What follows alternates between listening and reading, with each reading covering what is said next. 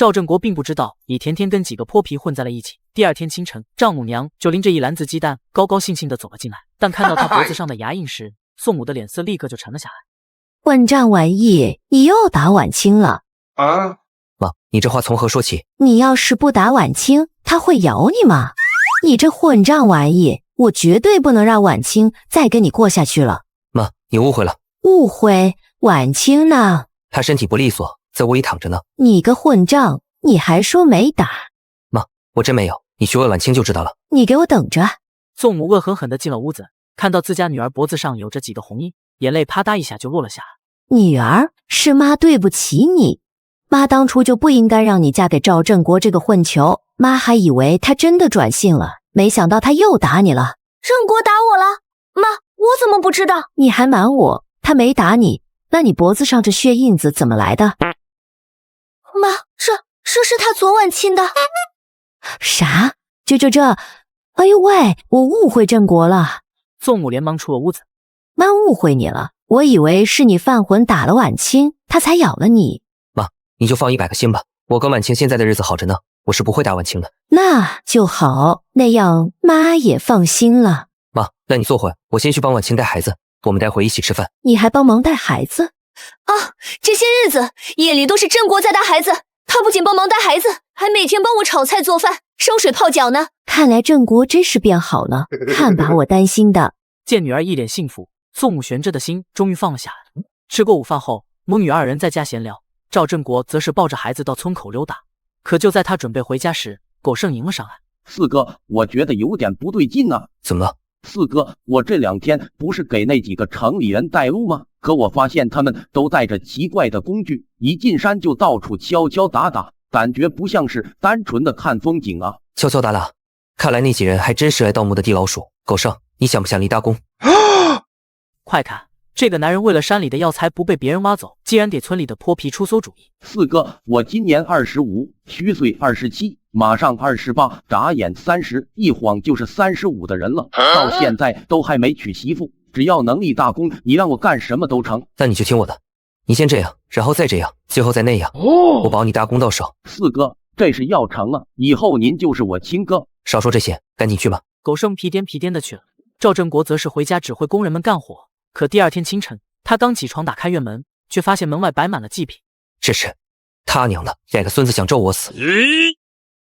振国，咋回事啊？他奶奶的，不知道是谁往我家门口摆祭品。村长，这事你管不管？管，必须管。可现在也不知道是谁做的。振国，你要不先把这些东西扔了，这要让人见着了，对你们家名声不好。他娘的，要是让我知道是谁，我非把他腿打断不可。赵振国被气得不轻，可就在他以为扔了东西这事就会过去时，第二天清晨，院门口又摆满了祭品。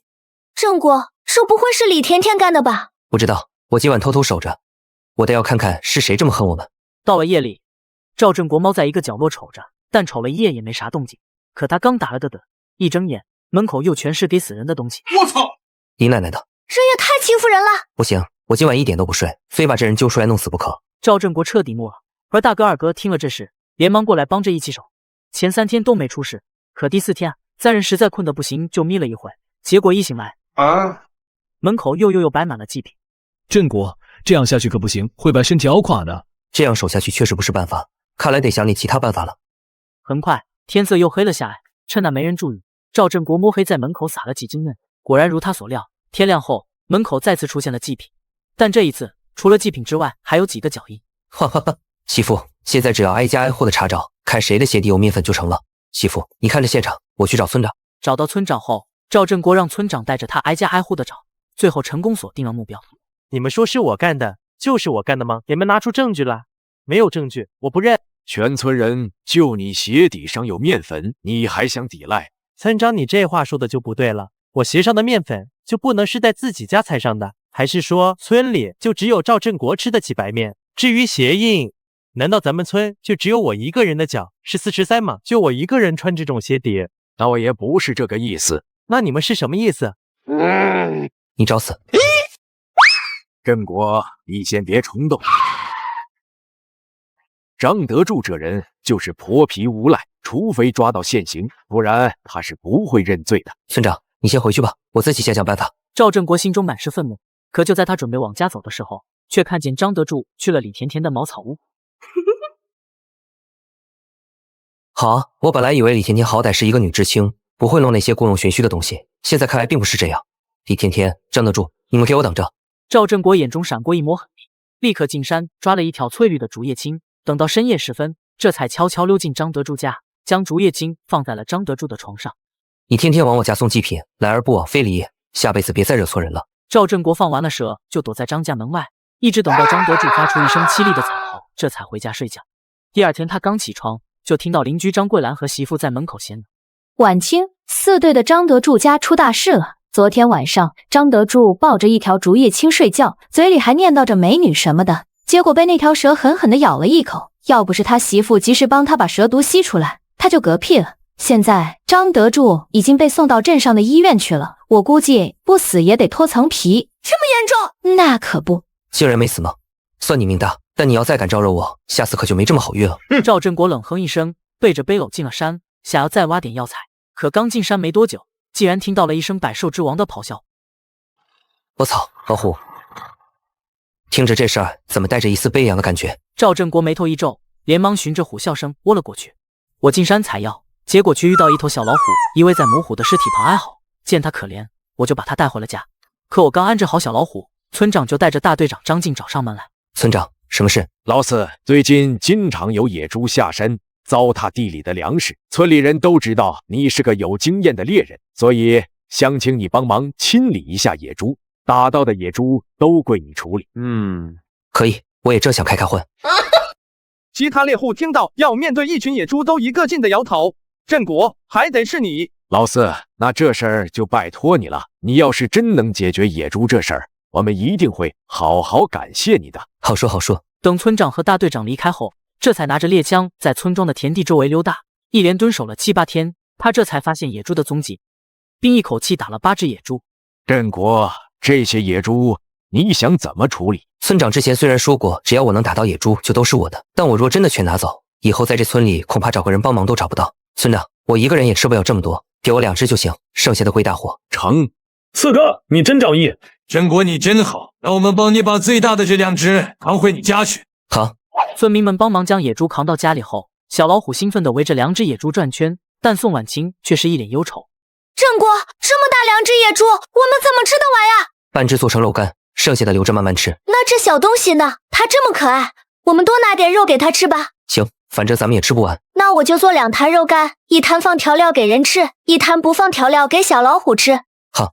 2人商量完，便开始处理野猪。傍晚时分，村长领着一群村民找上门来。老四，那6头野猪，我们大家伙分了1头吃肉，卖了剩下5头都扛去镇上卖了。这是卖野猪的300块钱。我们合计了一下，还是决定把钱给你。村长，这钱我不能要，因为我之前已经说过把野猪给你们了。可是，村长，你要是为难，不如用这钱给我们村修路。修路？振国，把钱拿来修路会不会太浪费了？是啊，300块钱分下来，一家也能得不少的。此言差矣，300块钱分下来，每家也就几块钱。可咱们要是用这钱把村里的路修好了，以后不仅进出方便，种出来的东西也能卖得出去。修路从古至今都是功在当下，利在千秋的大好事。是我糊涂了。老四，你说的有道理。大家觉得用钱修路这事成不成？我同意。我也同意。好，那这钱就用来修路。村长和村民们离去后，可第2天清晨，他刚打开院门准备进山，却发现一个中年大婶领着几个男人跪在院门口。这位大婶，你们跪在我家门口干什么？兄弟，你救救我们一家人吧！我是隔壁刘家村的人，昨天山里突然下来了几10头狼，那些畜生不仅咬死了我儿子和儿媳妇，还把我乖孙也叼走。兄弟，你救救我们村子吧！我们村子遭了狼祸，好多人家的孩子都被叼走了。这十里八乡就你打猎厉害，所以我们才求到您这儿来的。你们这些人是很可怜，但群狼胜过虎，我帮不了你们，请回吧。小兄弟，求求你了，你要是不帮忙，我那孙儿就回不来了。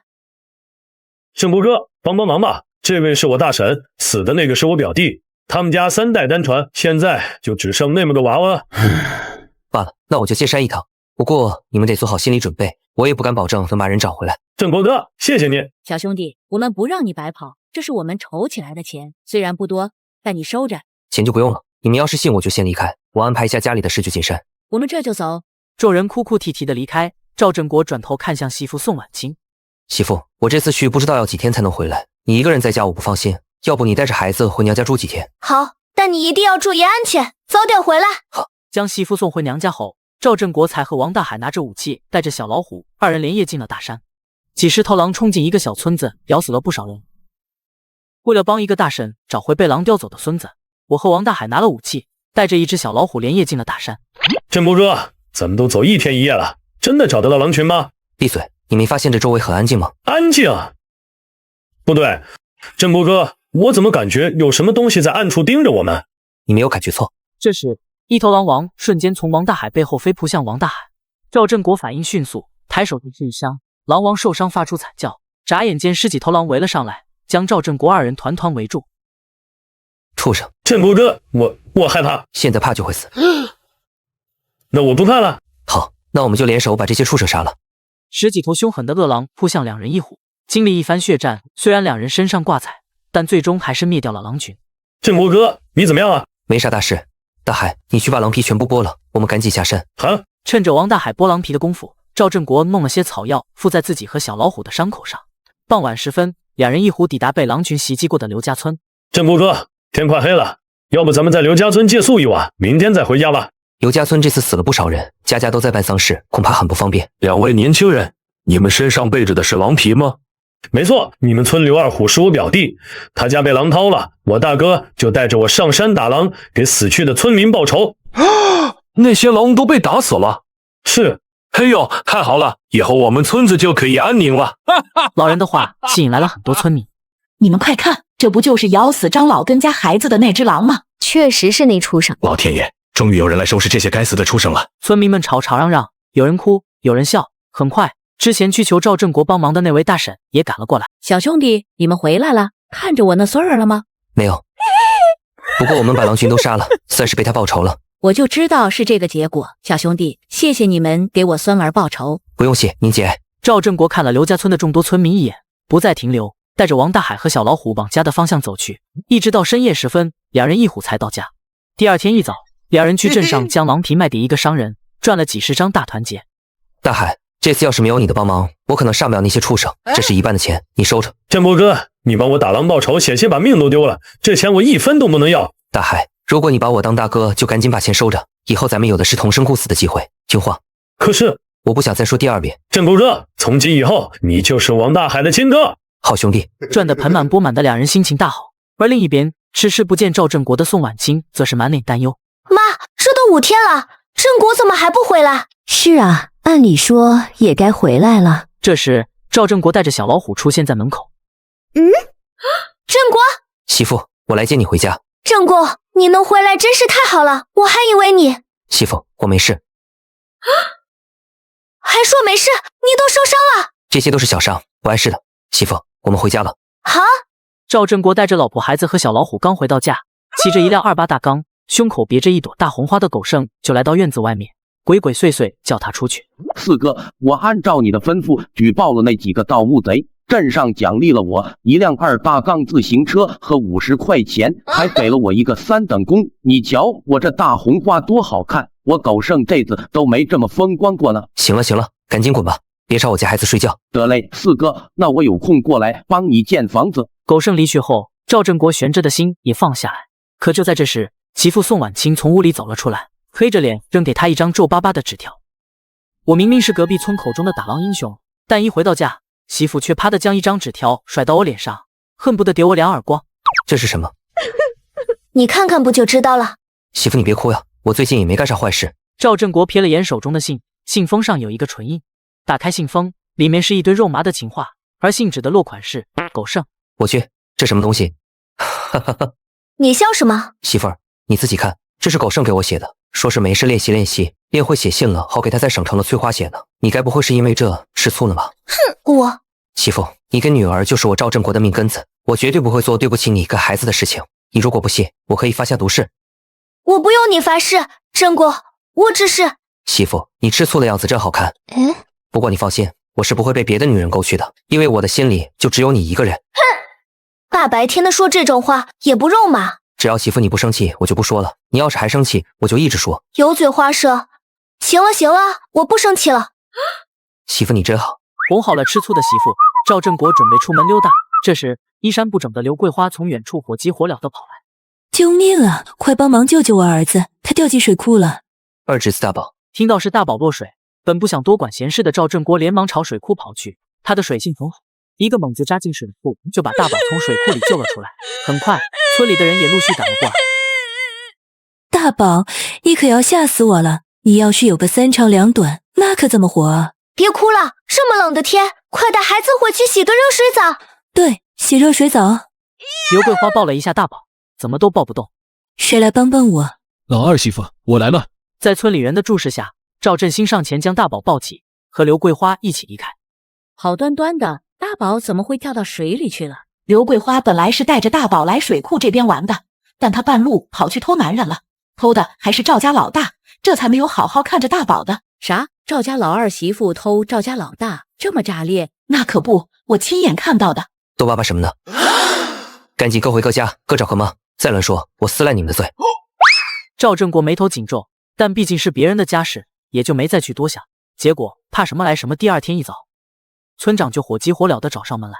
老四，不好了，出事了！你二哥要找你大哥拼命，你快去看看吧。我去瞅瞅。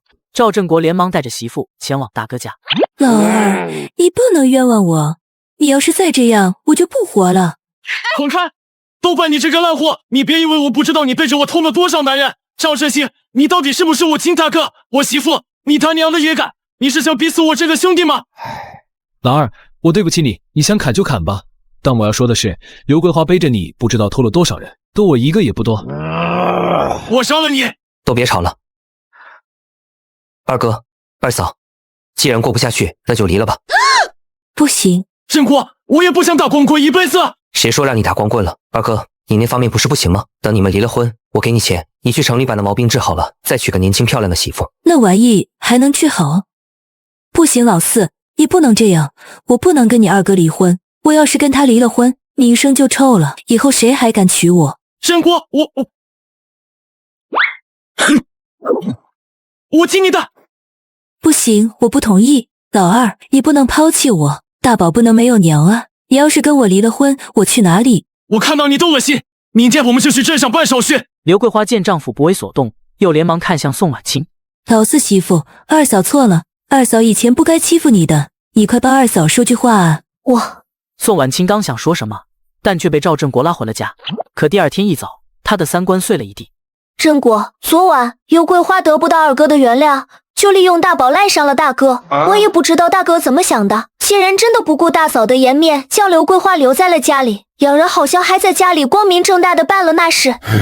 真是造孽啊！罢了，媳妇，你待在家里，我带二哥去镇上买些药材，然后带他去城里治病，再给他找份工作。好，那你办完了事就早些回来。好。二嫂三天两头在外面偷人，原因既然是因为二哥那方面不行，怒火攻心之下，在一个壮汉一天只能赚2毛钱的时代，我大手一挥，直接将二哥带到洗浴中心，给他开了一个888元包治百病的包房。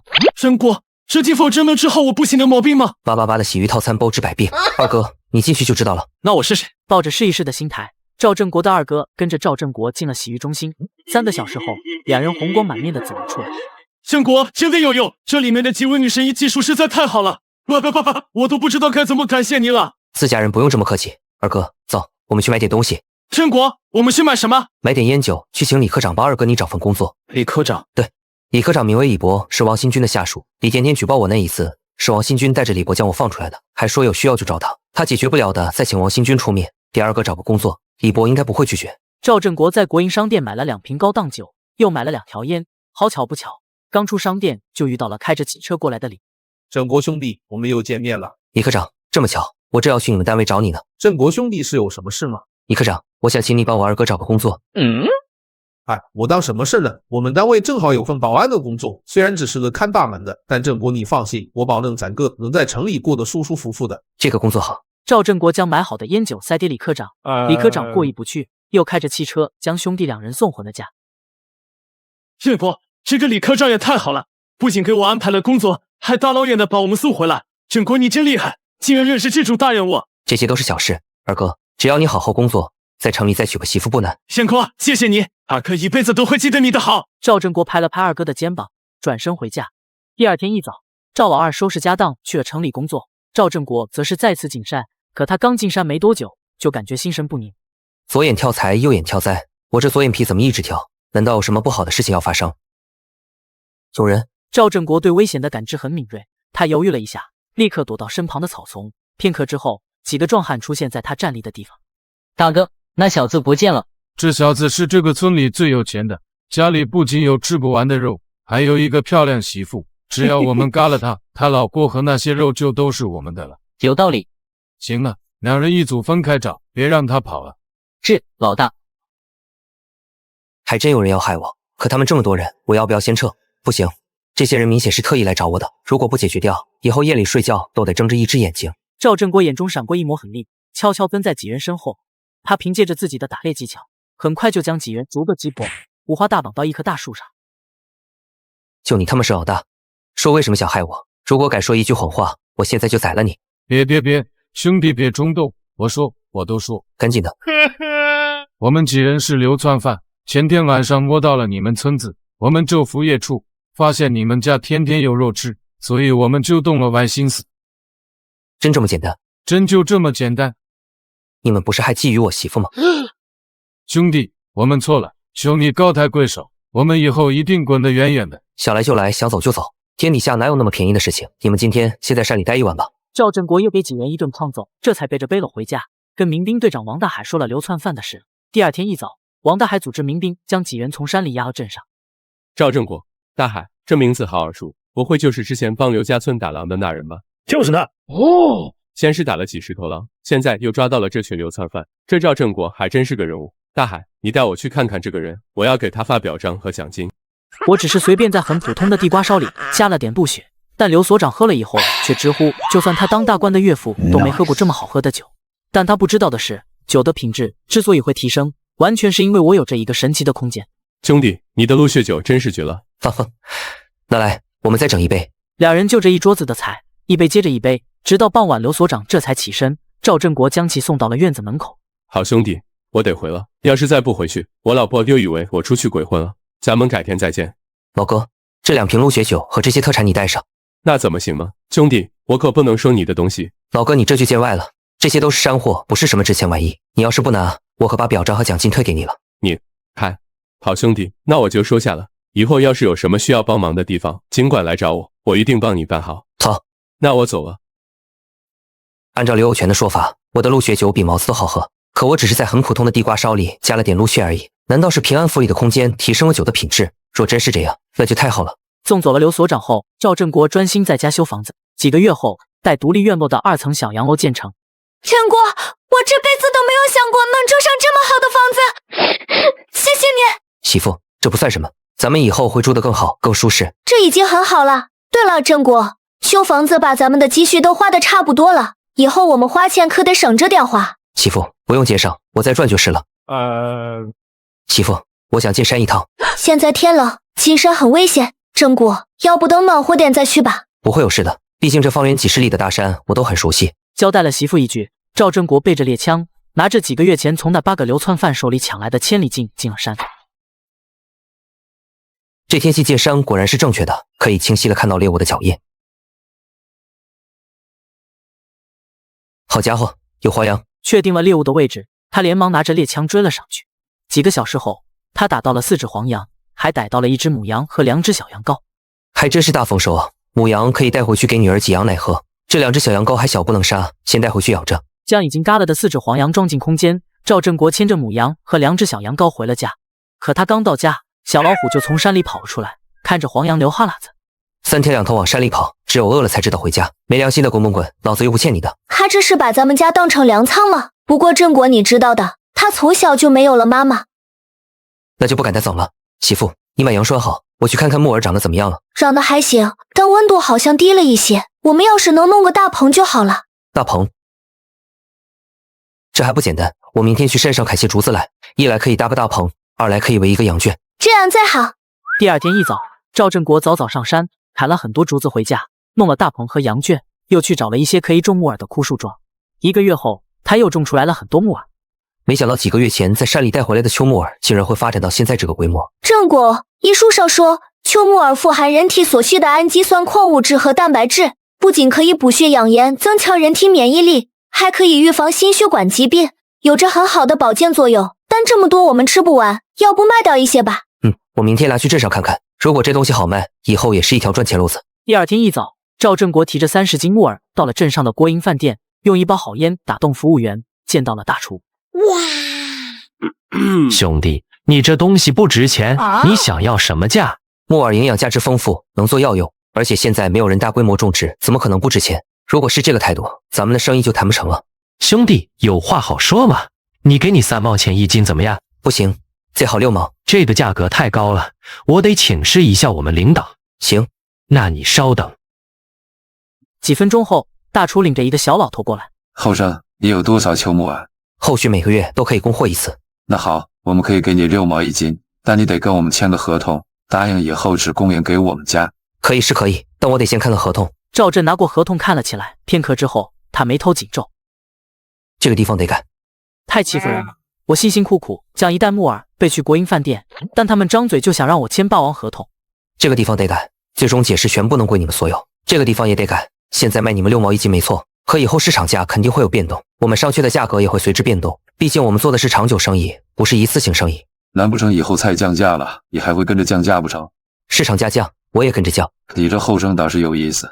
实不相瞒，秋木耳在我们家卖的非常火爆，但在这个小镇上，只有我们家能把这道菜做好。再者，你换一家店做生意，未必有跟我们家合作长久。所以你是想让我看清情势？你错了，你们家对于我的优势就是近而已。如果我不乐意，完全可以卖到城里去。你罢了罢，我给你换合同。一番讨价还价后，赵振国签了合同，拿着6块钱和下一批秋木耳的定金回了家。可他刚到家，邻居张桂兰就慌慌张张地找上门来。不好了，咋的了？最近冬菇不是长势正好吗？我们几个老嫂子就想着去采一些回来炖汤喝，顺路的时候还叫上了婉清。婉清本来不想去，但耐不住我们几个劝，可我们刚上山没多久就被野猪攻击了。什么？那婉清呢？婉清现在在一棵大树上，山里下了雨，树太滑了，她下不来。快带我去。在张桂兰的带领下，赵振国很快找到了宋婉清。哇，振国，我下不来了！婉清，你别怕，你慢慢往下挪一点，然后就跳下来，我接着你。振国，我不敢跳。没事的，你跳，我一定会接着你的。宋婉清心中满是绝望，犹豫了几秒，一咬牙从树上跳下。媳妇，我就说我能接住你吧。振国，吓死我了！媳妇，没事了，我们回家。回到家，浑身湿透的宋婉清洗了个澡。振国，几个老嫂子他们也是想带我去采点冬菇回来炖汤喝，也是好意，你别打他们。媳妇，在你眼里我就是那种蛮横无理的人吗？没有。那不就行了。媳妇，你好好休息，我带大海他们几个上山看看。那些野猪今天虽然没有伤着人，可要是不除掉，始终是个隐患。赵振国安抚好了媳妇，领着小老虎和王大海4人上山。可到了山里，小老虎却一个劲地拉扯他的裤腿。烦人精，你是想让我跟你走？行，大海，你们在这里等我。这小家伙似乎发现了什么东西，我跟着去看看。振国哥，你去吧，我们4个先找野猪。好。赵振国追着小老虎跑了差不多半个小时，小老虎终于停了下来，用爪子指了指旁边的一株草。我操！人参，这山里竟然还有人参。等赵振国采完了人参，小老虎又带着他捡到了一坨刚刚死亡的狼王的尸体，足有100多斤。好，烦人精，以后我不叫你赔钱货了。收了小老虎的礼物，赵振国赶紧和王大海4人回合。5人在山里找了半天，终于找到野猪群，并猎杀了9头野猪。振国哥，咱们发了。是啊，只是可惜没有将野猪群全部留下。别，这已经够多了。那倒是。猎杀了野猪，赵振国让王大海找人搬运野猪尸体，自己则是回了家。振国，大嫂跟大哥离婚了啊？离婚了？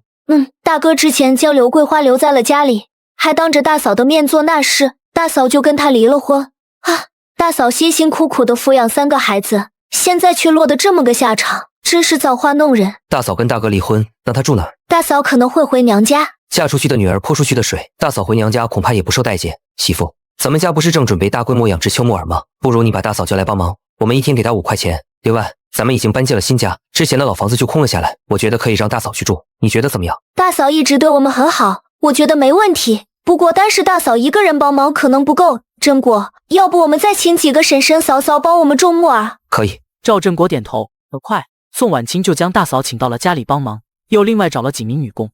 可没过几天，麻烦却找上门来。谁说好心有好报？老子带你们婆娘赚钱，你们倒好，不仅不谢我，还把村长搬出来逼我涨工资，真当老子是冤大头。好好干，只要大家伙干得好，我保证不亏待你们，肉什么的可以放开吃。老四你就放心吧，我们准帮你把活干好。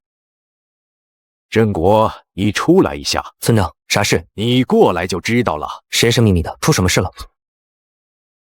几个怂货，振国已经过来了，有什么想法就说吧。振国，我们很感激你带我们婆娘种木耳赚钱，但我们婆娘在你这里帮忙，家里就没人做饭和照顾孩子了。是啊，让我们几个大老爷们在家带孩子，多少有点不像话。那你们的意思是？我们想让你给我们婆娘再涨点工钱。我要是不涨呢？你要是不涨，我们就只能把我们婆娘叫回去了。没错，我一个月给你们婆娘20多块钱，比城里进厂的职工都要高1倍左右，你们还不满意？可你不也赚到钱了吗？既然你有钱，不给我们婆娘涨点工钱怎么了？就是，你们几个谁带头提的这事？我带的头。你，我也是实在没辙了。自从我婆娘来你这里帮忙，我和2个娃都没饭吃。赵振国，你要是想让我们婆娘在你这里继续帮忙，不加工资也可以，但你得管我们和我们玩的饭。刘赖皮，你这要求是不是太过分了？哪里过分了？咱们村里谁不知道赵振国家顿顿有肉吃？我们婆娘帮他家种木耳，他给我们婆娘工钱，顺便管我们的饭，不是天经地义的吗？你们几个也这么想的？我们的态度倒也没这么强硬。振国哥，要不你就当我们放了个屁。好了，我可以明确的告诉你们，涨工资和管饭这事没门。因为我给出的工钱已经足够高了，我这就去把你们婆娘叫出来。你们谁要是不乐意让自家婆娘帮我干活，直接领走就是。不是，振国，我不是这个意思。我还是更喜欢你叫我全名。我还能让你一个破皮拿捏了，笑话。赵振国冷哼一声，直接将几人的婆娘从大棚里叫了出来，并说了事情经过。刘赖皮几人顿时慌了神，求救似的看向村长王栓柱。村长，你快帮俺们说说好话，俺们刚才是猪油蒙了心，一时听了刘赖皮的怂恿，这才来这里。俺们可不想让俺们婆娘回去，毕竟振国哥一个月给他们那么多钱呢。是啊，村长，你快帮帮我，我超爱洗衣做饭的，不用我婆娘回家。你们这群没出息的玩意儿，我刚才在路上就一直劝你们别来振国家闹，你们不听，现在想让我说好话，天下哪有这么好的事情？完大了，我还以为人多就能拿捏赵振国，让赵振国乖乖就范。我怎么就这么贪呢？赖皮媳妇，你家男人说家里离不开女人，往后你就不用在我这里帮忙了。老四，我在老四家帮忙，每顿饭都有荤腥，给的钱还多，这样的好活计哪里去找？不行，我不能走。老四，你别听他胡说八道，家里没什么事可忙的，你就让我继续在你这里做事吧。你媳妇都夸我干活用心呢。是挺用心的，毫不夸张的说，你是所有人里面做事最用心的。但你男人怂恿其他人来找我麻烦，所以你还是拿上这几天的工钱走吧，我不能留你了。老四，我走吧，我给的工钱已经很良心了，我绝对不会让人跟我坐地起价，要不然所有人都会觉得能轻易拿捏我赵振国，漫天要价。老四，对不起你，我回去以后一定会好好教训这个整天只知道吃喝玩乐、还人心不足蛇吞象的蠢货。那是你们夫妻间的事。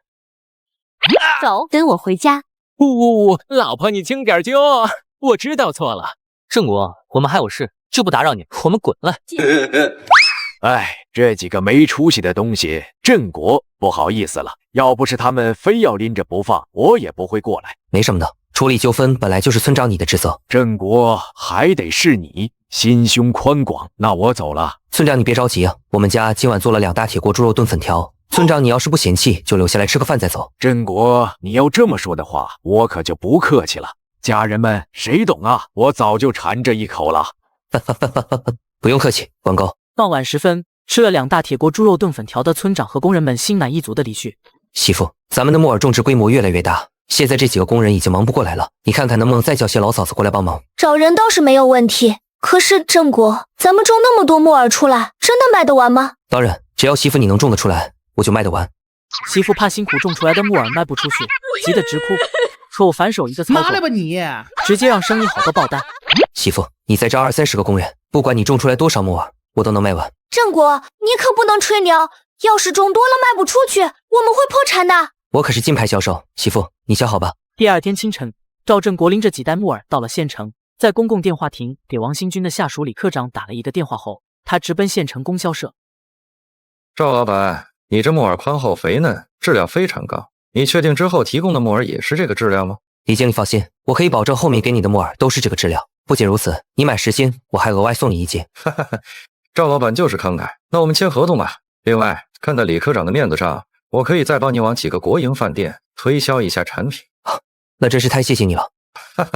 小问题，你以后在李科长面前帮我美言几句就行。一定，一定。见他答应，李正很爽快地签了订购合同，并支付了他10张大团结，还当着他的面给几个国营饭店打去了推销电话。忙活了一整天后，赵振国拿着3份订购合同和30张大团结赶回了家。振国，怎么样了？媳妇，这是县城里面的供销社和几家国营饭店的定金和订购合同。哇，振国，你真是太厉害了！媳妇，这下可以放心种木耳了吧？对了，媳妇，你今天招了多少人？村里的乡亲一听咱们家还要招人，你前脚刚走，他们后脚就找上门来了。我没办法，就一口气招了25个人。我本来还担心招的人太多，最后会亏本，现在不怕了。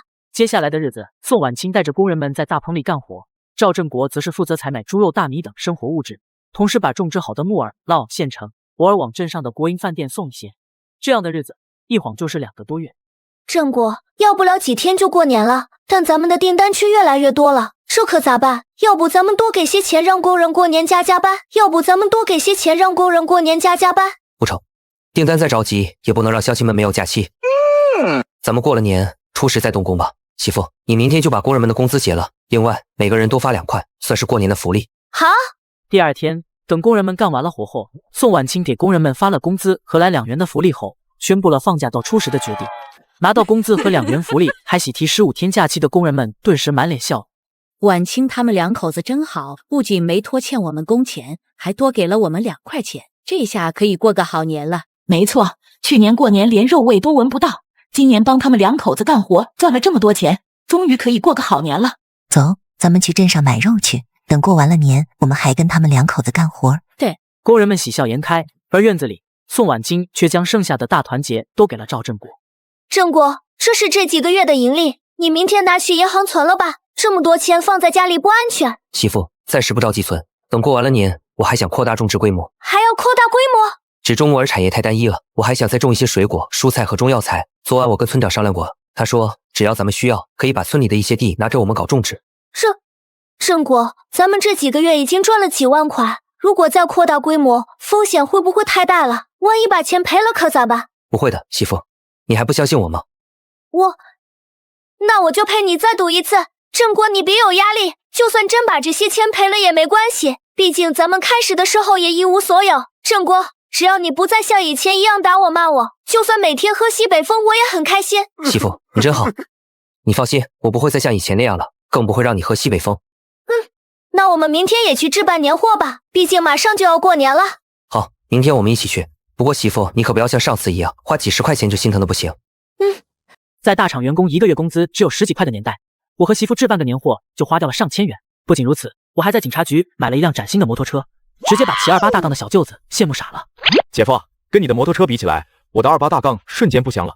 低调低调，一辆摩托车不算啥。弟，天都快黑了，你怎么过来了？姐夫，我听说你们种木耳赚了大钱，所以就过来看看。我也想跟你们一起种木耳。弟，你不是在棉纺厂干的挺好的吗？种木耳可没你想象中的那么简单。可我总觉得上班的日子一眼看不到头，所以想闯一闯。明亮，种植木耳看似简单，但有很多道工序，你得弄大棚，请工人，还得有种植技术。可就算有技术，也不一定能种植出我们这么高质量的木耳来。退一万步来说，就算你种出来了高质量木耳，还得有销售渠道。从投资到拿到货款，每一步都必须小心翼翼，一旦一个环节出错，就会赔得血本无归。明亮，你确定要拿辛辛苦苦上班赚来的钱来赌吗？听起来好像确实很难，那我还是不种了。姐夫，那我就先回去了。等你骑自行车到家，天都得黑好一会了。你把自行车放在这儿，我骑摩托送你回去吧。成，正好我还没坐过摩托，今天沾沾姐夫你的光，享受享受。跟媳妇打了一声招呼，赵振国将宋明亮送回了家。可就在他慢悠悠的返回时，却发现自己家的房子浓烟滚滚，于是撒丫子便往回赶。老黄头，我老婆跟孩子呢？这他妈到底怎么回事？刚刚还好好的，不知道哪个丧良心的把你家房子烧了，还把门也给反锁了。幸好王大海那傻小子发现了早，把你老婆孩子救出来了。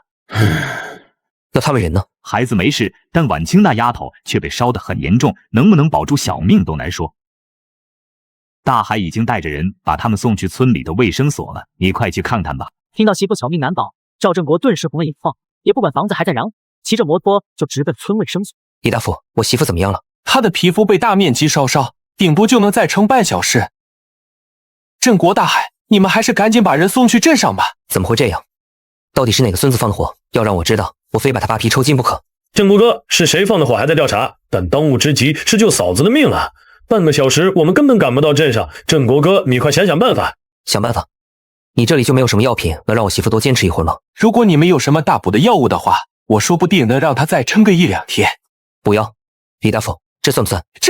这是新鲜人参，镇国你竟然有这种东西，有救啊！你们等着，我去把这株人参磨成药液给他灌下去，他至少能撑个2-3天。大海，待会儿你帮我照看好孩子，我送你嫂子去镇上。好，镇国哥你放心去吧，我在村里帮你扎扎那个纵火的人。好。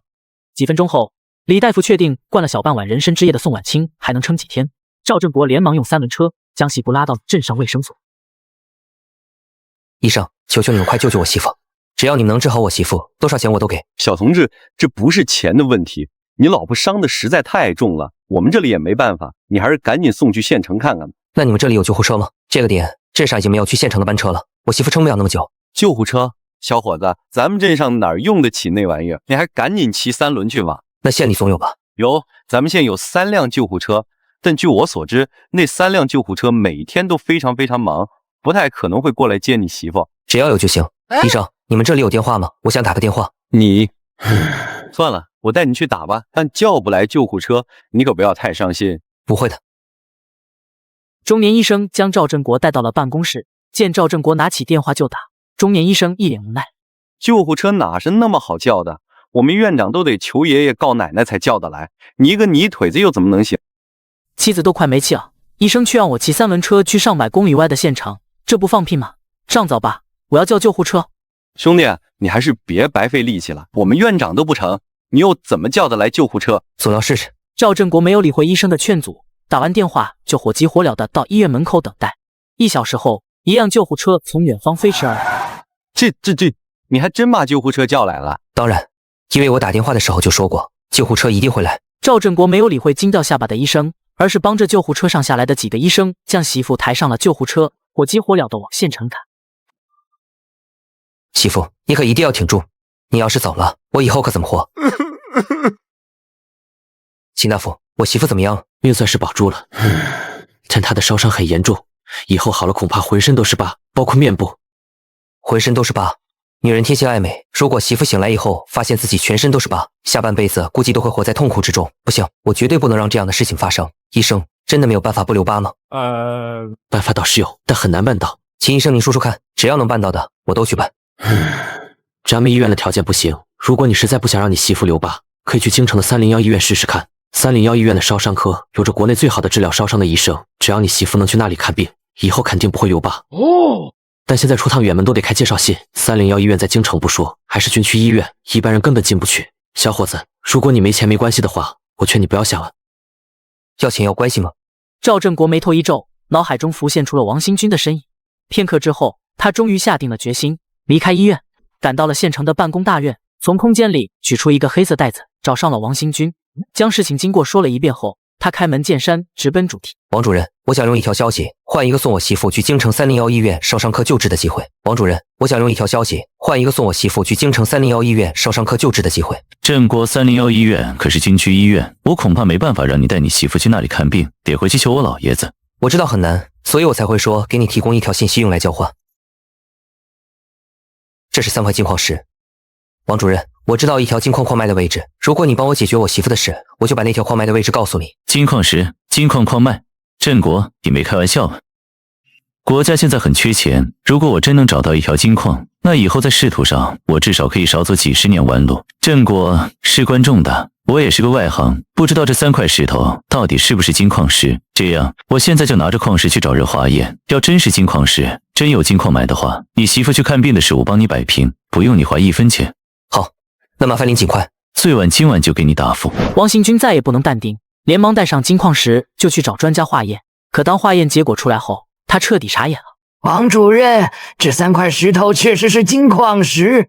不仅如此，这3块矿石的黄金含量还达到了惊人的600克每吨。600克每吨，这品质算高还是算低？当然是高。普通金矿石里的黄金矿石里的黄金含量仅有3到5克每吨，而这3块矿石的黄金含量是普通金矿石的100多倍。品质这么高？没错。如果产出这3块金矿石的那条痛脉都有这么高的黄金含量的话，王主任，那你就真的飞黄腾达了。刘教授的话让王新军久久不能回神。郑国啊郑国啊，你可真是我的福星。既然你给了我这么大一个便宜，那我就先给你一个惊喜吧。喂，老爹，我有件事想麻烦你一下。我是一个无恶不作的混蛋，可我媳妇生病了以后，国内最有名的专家都来给我媳妇看病，只因为我已经改邪归正，还给国家贡献了一条金矿。医生，请问我可以进去看我媳妇了吗？赵同志，现在不行，从京城301医院来的专家正在为你媳妇会诊。啥？301医院的专家？昨天见完王新军之后，我打了电话回镇上，让大嫂带着人继续赶大棚，之后就在旅馆睡了1夜，这才1个晚上的时间，301的专家就来了。王新军这速度也太快了。赵同志，你还是等等吧，要不了多久你就能见到你媳妇了。好。赵振国激动万分，坐在长椅上就开始焦急的等待。2个小时后，秦医生领着一个须发皆白的老头和一名头发花白的老太太从病房里走出来。秦医生，怎么样了？我媳妇能好吗？郑国，我给你介绍一下，这位是301医院的专家，孙专家，也是我的老师，擅长西医。这位是吴专家，擅长中医，是我的前师弟。原来之前是老两口。孙老师，吴老师，请问我媳妇她……小伙子，你媳妇烧伤严重，按照我的想法，要想不留疤痕，应该进行植皮手术，然后再整容。但这个死老头非说做手术是白遭罪。本来就是，又是植皮又是整容的，小姑娘mau受罪了。我觉得可以用紫色疽疮膏和华毒散膏混匀外敷，等假皮脱落后，再撒500粉暴露创面。等腐肉脱净后，肉芽新鲜至创面，外用疏肝乳膏或生皮粉，根本就不需要动刀子。哼，你最行了，你这么行，当初怎么没救回我爹的命？啊，我什么我？不行就不行，还死要面子。小伙子，这老头不行，你让他滚远点，我给你媳妇治病。这个。谁说我不行了？我来治这小伙子的媳妇，我要治不好我就不姓吴，哪怕是留1道疤，我都跟你姓。行，那就交给你了。啊！你在故意激我接下这个病人？不然呢？你！哼！秦医生，孙老师，这后生他会给你媳妇治的，而且你放心，他可是专门给国家头部人物治病的，医术高明着呢，准能还你一个漂漂亮亮的小媳妇儿。我之所以跟他吵架，是因为他这人就像茅坑里的石头，又臭又硬，要是不激他一下，他是不会帮忙治你媳妇的。原来是这样，干妈，谢谢你。你叫我啥？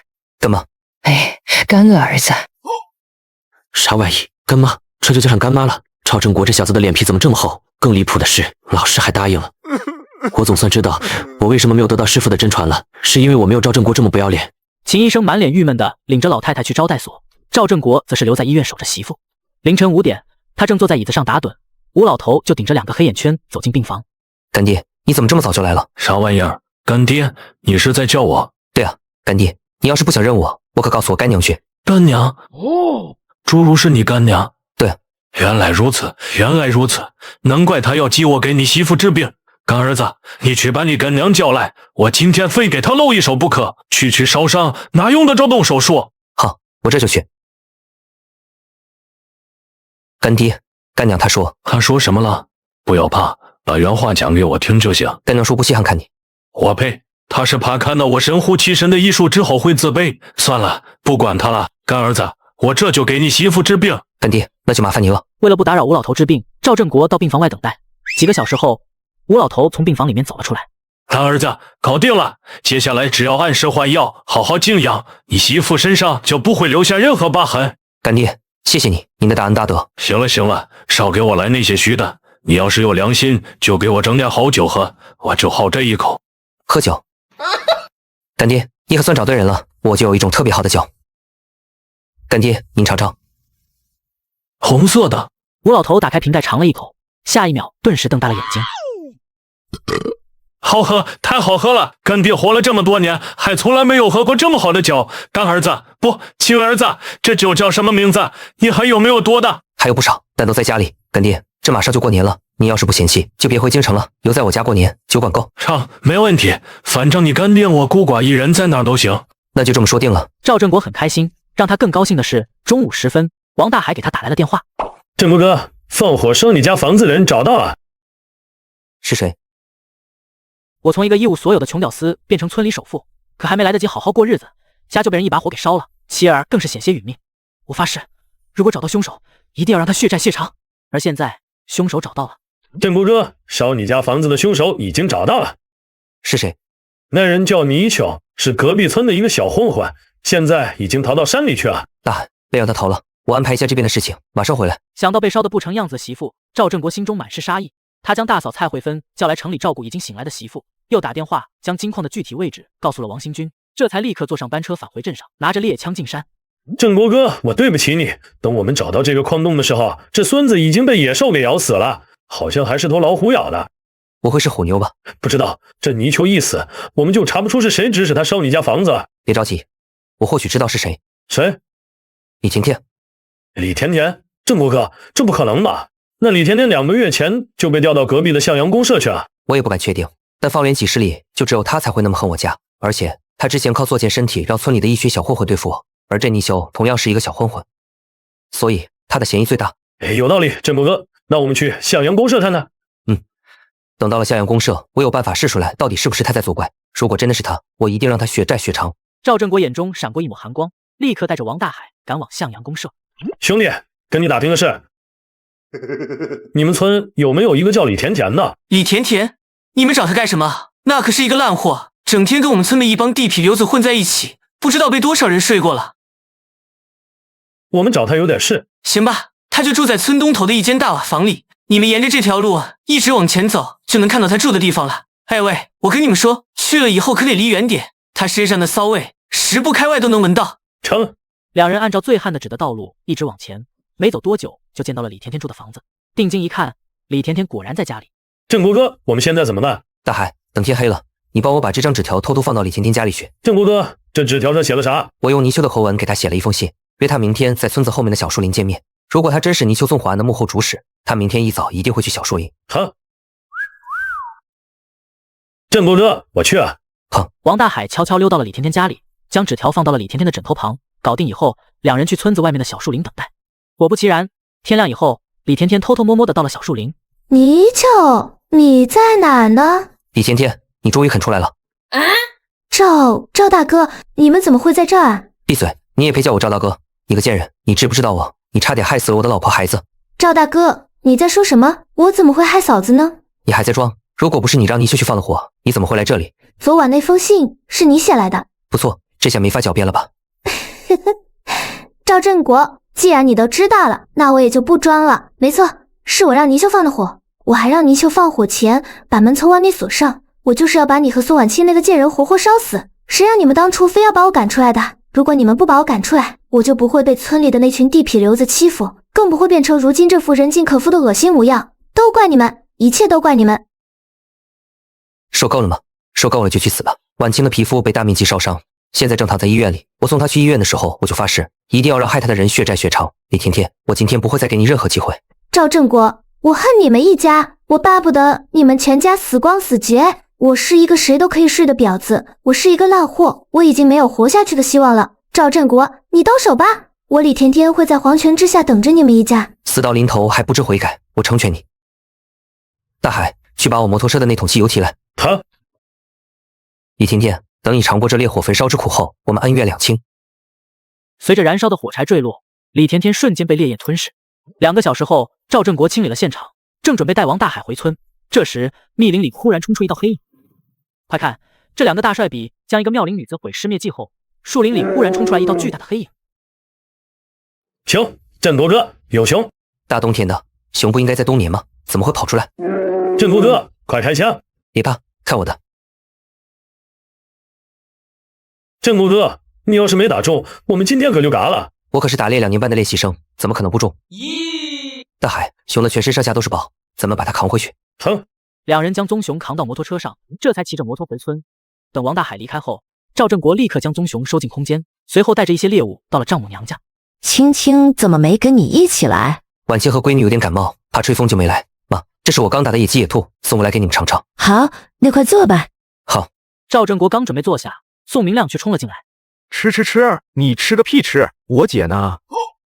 婉清感冒了，在休息。你放屁！陈婶子都告诉我了，你们家着了大火，我姐被烧成了黑炭。说我姐是不是你故意害死的？明亮说的是真的。是真的。我的女儿啊！赵振国，我跟你拼了！听我说，婉清没死，现在正在医院接受治疗，情况已经好转了。真的？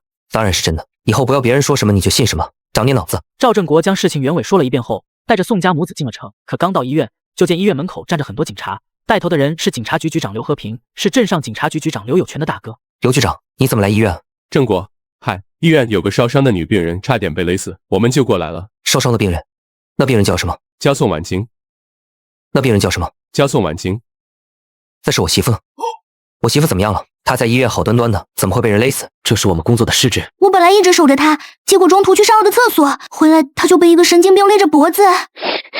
对不起，我应该一直看着她的。别哭了，我媳妇人呢？赵同志，你先别激动，你媳妇在抢救室，里边的医生刚才说她已经脱离生命危险了，抢救回来了。没错，所以您先别激动，当务之急是赶紧弄清楚那个人为什么要害你媳妇。就我媳妇那个人呢？被警察带走了，你可以去警察局问问。明亮，你和妈在这里等你姐，一定要把她看好。我这就去警察局，敢害婉清，她死定了。赵振国心中杀意滔天，火速赶往警察局。刘局长，这到底是怎么回事？想害我媳妇的那个人是谁？他叫张慧慧。郑国，你和这人有什么纠葛吗？张慧慧，好耳熟的名字。我想起来了，我以前犯浑追过这个张慧慧一段时间，但后来她嫁给了城里一个厂子的员工，我跟她就再也没有碰过面了。他娘的，这都是前身造下的孽呀！原来是这样吗？那你确实得去见见她，因为她说怀了你的孩子，还说要嫁给你。我操！什么？这怎么可能？赵振国大吃一惊，连忙让刘局长带他去见张慧慧。张慧慧，你为什么要害婉清？振国哥，你怎么来了？你是来娶我的吗？你不用求婚，我愿意嫁给你，毕竟我肚子里还有你的孩子呢。我操！我娶你奶奶个腿！张慧慧，你在胡说八道什么？说，为什么要害我媳妇？你敢信？因为我长得太帅又有钱，同村的一个疯女人就要弄死我的媳妇孩子，然后嫁给我。说，为什么要害我媳妇？振国哥，我不弄死你媳妇，你怎么会娶我？振国哥，你不会怪我吧？我可全都是为了我们的未来考虑啊！难道你不要我和我们的孩子了吗？放你娘的屁！谁跟你有孩子了？振国哥，你不记得了吗？3个月前，一个乌漆嘛黑的晚上，我正在路上走着，你就把我拉到小树林里去了。你还跟我说你一定会娶我，可是都这么久了，你还没来我家提亲。我就想着，肯定是宋婉清那个小贱人不准你来。昨天我进城，听一个同乡说你媳妇快死了，正在医院住着，我就想着让她少在医院吃点苦头，直接送她上西天，那样你就能娶我了。郑国，这是怎么回事？我可从来没有跟他钻过什么小树林。刘局长，我怀疑他精神出了问题，因为他半年前就嫁给城里一个工厂的员工了。从那之后，我就没有再见过他。你要是不信，去把他那个相好找过来问问就知道了。我也感觉他有点疯疯癫癫的。这样吧，郑国，你等一等，我这就叫人去把他那个相好找过来。好。2个小时后，2个警察将张慧慧的相好带进了警察局。警察同志，半年前张慧慧确实是我对象，可3个月前我就跟她分手了。为什么？因为她就是一只吞金兽，普通人家1个月能赚10块钱就已经很厉害了，可我每个月在工厂挣60块钱，她都嫌不够，每天不当给我压力，都快把我逼疯了。我实在受不了，就跟她分手了。那你们处对象那2个月同过房吗？几乎每天都睡，但张慧慧这个人实在太爱钱了，没钱她就不能活，遇到有钱的人，她恨不得上去倒贴，感觉她都快对钱入魔了，脑子有问题。我也是倒了8辈子霉才遇见她。张慧慧相好跟警察诉了几箩筐的苦，这才含泪离去。根据张慧慧的相好提供的情况，我估计张慧慧肚子里的孩子不是你的。铁定不是，我跟她连半毛钱的关系都没有。郑国，你现在是不是你们村里的首富？是不是首富我不知道，但村里的人都知道我挺有钱的。那就说得通啊。我估计张慧慧跟她相好分手后，受了很大的刺激，紧接着她发现自己怀孕了。女人一旦怀孕，精神多多少少都会受到激素的支配，再加上她本来就很爱钱，而你又很有钱，最重要的是你之前还追过她，所以她就盯上你了，不断的想着要嫁给你，最后精神失常，就跑去医院看你媳妇了。这他娘的是什么破事啊？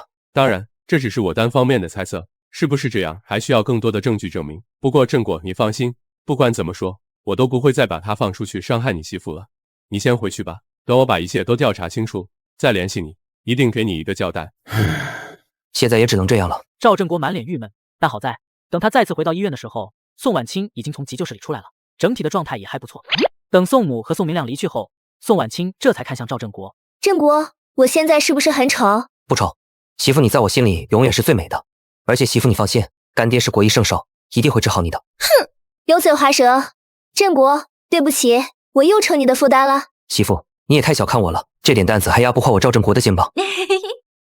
在吴老头的治疗下，几天后，宋婉清的伤口彻底愈合。赵振国将媳妇和吴老头接回了家，和大嫂蔡慧芬一起开开心心的过了一顿。一直到了正月15元宵节的时候，王行军领着几个人找上了他，还神神秘秘的将他拉到了一旁。振国，这次就全靠你带他们进山了。郭教授坐轮椅，刘教授70多，那位姑娘还穿着高跟鞋，男女老少，还有瘸腿的。老哥，这真的是科考队吗？振国兄弟，金矿的事事关重大，我还不敢直接往上报，所以就临时组建了这支民间科考队。我希望你能带他们进山，顺便保护一下他们的安全。往往身边的事情才是最重要的。他们计划进山几天？这个就得看实际情况了。振国兄弟，反正这次就靠你了，别人我不敢信。话都说到这个地步了，看来我必须得去了。不过，我得再叫一个人，他叫王大海，很可靠。没问题。商量好了进山事宜，赵振国这才领着王大海带7人进山找金矿。在出发前，他还偷偷让苟胜远远地跟在队伍后面，以防不测。